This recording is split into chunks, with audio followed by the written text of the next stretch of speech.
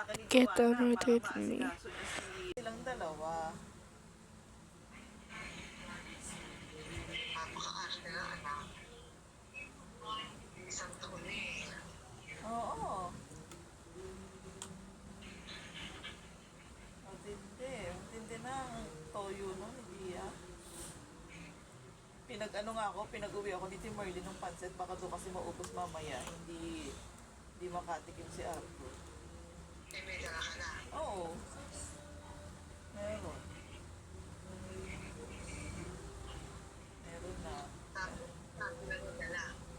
Ewan ko kung ano dadalahin. Kaya nga sabi namin siya na naman ang walang ampak. Ayun, meron eh. Siya na naman ang wala. Ang sarap ang ganda sa mata ng aming sahig, oh. Ano eh? Ang ganda sa mata ng aming sahig. Para pagka bumaha, ito na lang ang tatanggalan ko. Ganda sa mata. Pangit na kasi, no? Oo. Ang wala ko ito din eh, negro. Kaya nga, sira ulo yan eh. Sabi ko kanina, nag-chat si Lisa. Sabi, nakita mo na yung jogging man? Sabi ko, hindi pa ka ako. Sabi, pag nakita ko, dalahin mo sa school ah.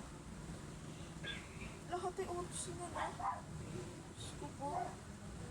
Pero pa namin ni Chef, hindi naman niya binayaran. Pag nagpapalapit din naman. Siningil ko. Siningil ko talaga. Nag-chat ako sa GC namin. Sabi ko, yung mga nagpalaminate, bayad muna. Ako, hindi nyo makukuha ang ID nyo pag hindi nyo binayaran yan. O, nilagbayad sila. Oo, bayad sila. Yun, nahinulog namin sa Alcansya. Ano ba? 10 piso lang kasi isa lang, ano sila eh. Marami naman sila, tsaka isang film lang ang naggasos. So, naka-40 ako. Eh, Nulog namin sa Alcansya.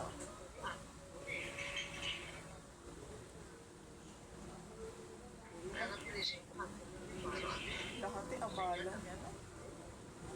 Lahat abala. Mahal po kinagpakalak siya eh. Gusto eh, pag ganyan may kainan, kung ano yung kakainin namin sa school, dadalap pa namin siya.